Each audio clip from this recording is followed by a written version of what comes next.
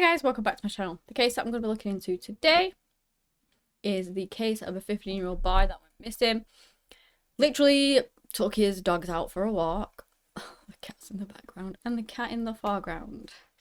Took his dogs out for a walk and he said that he would be back and he never came back, and it is a mystery as to what happened to him.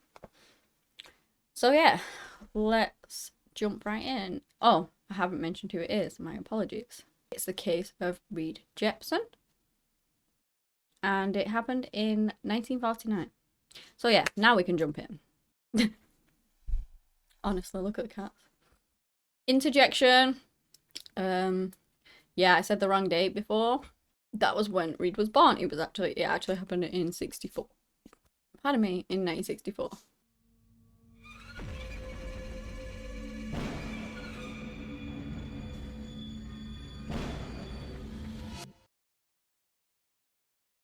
Reed Jeppson was born on the 28th of May in 1949. He was one of a total of 11 children to his mother Elizabeth and his father Edward. Now, I believe the age range for the children was like one of the eldest sisters, Paula, I think, was in her mid to late 20s, like 26, 29, something around there. And the youngest was actually a brother whose name escapes me right now. He was 7 years old, so that was the age range of their children. And they were a highly, devout family too. They were really close knit. They would spend a lot of time together, and they just absolutely adored each other, just like a normal family. Reed would love playing football. He was, I don't know if I mentioned it actually, he was 15 when this happened, so he was a teenager. He loved playing football. He had 2 dogs, like the family dogs, and he adored them. He did everything for them. Like, they were in these kennels in the garden, about 200 yards away from the actual house, and they were German pointer. I think they were a German pointer anyway. And one was an adult and one was a puppy, and he loved them. He really enjoyed spending tons of time with them. He also was really enjoying training them into hunting birds. So yeah, that was what he loved to do. So now we're gonna jump to the 16th of October in 1964. Do you want to see the culprit of that? There you go, Mr. Man. 1964. The day started off like any other, as it always does. Reed, I believe they went to church that morning, and then came home with his sister. I don't know if it was just him and his sister that went. Came home with one of his sisters. She started making lunch, and he said that he was gonna go and feed the dog. So he opened up a tin of dog food, and he started heading out. I don't know whether the plan was actually to walk them as well, but it seems that that's what he did. And his sister said, well, don't be long because food's going to be 30 minutes and you don't want to miss it. And he said, oh, don't worry, I'll be back, essentially. So off he went. He went and fed the dogs. And then, like I said, it seems like he took them for a walk because he was later actually seen by a witness walking the dogs. But half an hour came and went and he never came back, which is eerie creepily after what he said, like, oh, I'll certainly will be back in time, and then he just never did, which is just heartbreaking. But yeah, the family noticed that he was missing. It wasn't like him, and they were wondering where on earth he was. Not too much worry originally, because although he did say that he would be back, maybe the dogs, he got distracted, he wanted to take them for longer, whatever, could have been a multitude of reasons as to why he hadn't come back yet. I believe 12 hours after he actually went missing, he was reported as missing. I'm not sure why the family waited that long, whether they tried to go out and find him themselves or not, I don't know. But yeah, that's how long it was before he was reported as missing. Finally, originally the police did think that he was a runaway, which is what they always do, and it's annoying. But Reed didn't take anything with him. There is some question as to whether he actually had money on him because he had a paper round. And it was said that he had either 40 or 60. But then I've read loads of different sources that say different things. Some say that he took the money with him. Others say that he did not. Either way, he didn't take anything else. It was just the dogs. If he had that cash on him, potentially not, but that was it, nothing else. It was said as well at the time that would have been a lot of money. It would have been like money now. It would have been like 500-600. So it would have been a lot of money just to take out randomly if you were going walking the dogs, if that was the plan. But again, we don't know whether that's actually true. Then like I said previously, a friend came forward to say that they had actually seen him walking the dogs, the College of St. Mary, and that was about 1 p.m. There was speculation as to whether he'd gone to Missouri to meet this girl, that he had done some, I don't know whether it was like a work placement thing.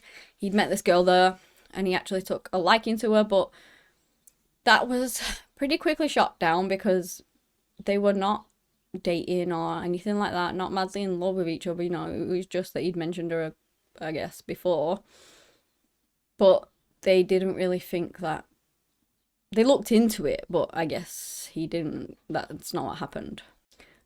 The police did think he ran away. His family said it would have never happened. Reed also had braces too, and braces require, like quite a lot of upkeep and maintenance. So people have said that he wouldn't have run away. That's not a only reason to not run away, do you know what I mean? But people have speculated that he potentially didn't run away because of that. He didn't take anything with him apart from the dogs. And he loved his family life, He adored everyone and he had a part-time job. Everything was going really well for him, so why on earth would he run away? One of his brothers, called John, was also questioned by the police too. He was older, like a year, he was 16. And he agreed to be questioned. The police officer got him in the car and was like, right, where is he? And he's like, what do you mean? I don't know. And he's like, I know you've planned it. I know you know where he is, blah, blah, blah. And John was like, no, I don't know. So eventually they questioned him a little bit on that line, but then they stopped. Thank goodness, because he didn't know anything, as far as he's let on anyway. So despite this, they didn't have anything to go on, really. Reed just took his dogs out and he was never seen again, apart from the 1 p.m. sighting. They said that there was no evidence of foul play, but there also was just no evidence at all. No evidence of anything, really. So how can you say there's no evidence of foul play when you have no evidence of him running away, no evidence of anything else, like, at all? Tragedy would strike the family I don't know, I think it was a year or just after a year of their son going missing when Edward actually took his own life. And I'm not sure whether that was to do with Reed going missing or not. It more than likely was, he just couldn't go with it, sadly. Again, I'm not saying that's the reason because I don't know, but there you go. Since then, it has been years and years and years. People have speculated, has he run away? Was it foul play? Sorry. Was it foul play? Lots of theories have gone around that somebody kidnapped him, but then people have questioned what happened to the dogs because nobody's were ever found.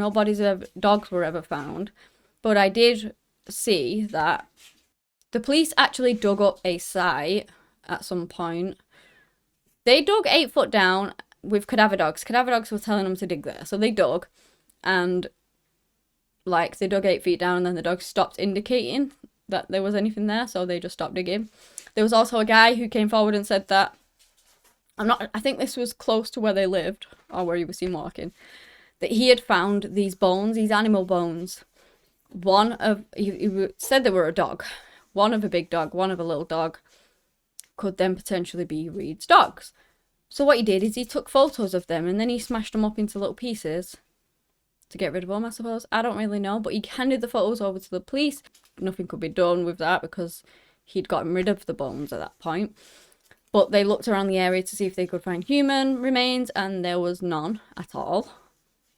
So were them Reed's dogs? Were they not? Was it just a coincidence? Who knows? It's very interesting though. The case went very cold very quickly, but then in 2010 it was sort of reopened when his sister was saying, we've been left in limbo. We have no idea what happened to our brother.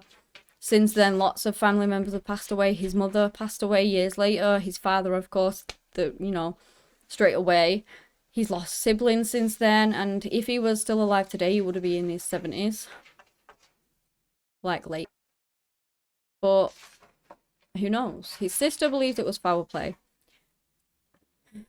And there's just, if anybody has any evidence, anything that they know, they can contact the police because the case is still open now. They have done an age progression sketch of what he may look like today. And his family members have given DNA samples in case there's ever any, like literally anything that may find him in the future. They can DNA test him back to him and their family. So yeah, they're trying everything. They've got a plot ready for him, which has, I believe it has his name, his birthday, and the day he went missing. But basically, I think I read that it was subscribed as well, that it said like family is forever. So they're just really hoping that even if it's long after they've gone, that one day he will be found and he will be placed on their plot with everyone else. I'd love to know what your thoughts are though. Do you think, oh, one more thing as well. There was apparently a predator around that area too at the time, which police questioned, but then deemed has never been aggressive and didn't seem like a threat. But he did say something strange, which was, I'd like you to find out who killed him. And the police are like, well, what makes you think that someone killed him? And he was like, oh, well, you'll never find out now anyway. So that was a bit weird. But yeah, I'd love to know your thoughts on this case. What do you think actually happened to him? Do you think Reed Taylor just vanished because he wanted to? He ran away? Do you think that he knew someone and he got in a car with someone with his dogs? Or do you think he met foul play? Maybe this person killed the dogs and buried them somewhere and took him away. Or maybe he just ran away.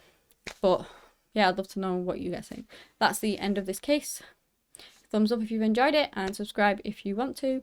Thank you so much for watching, and until next time, bye.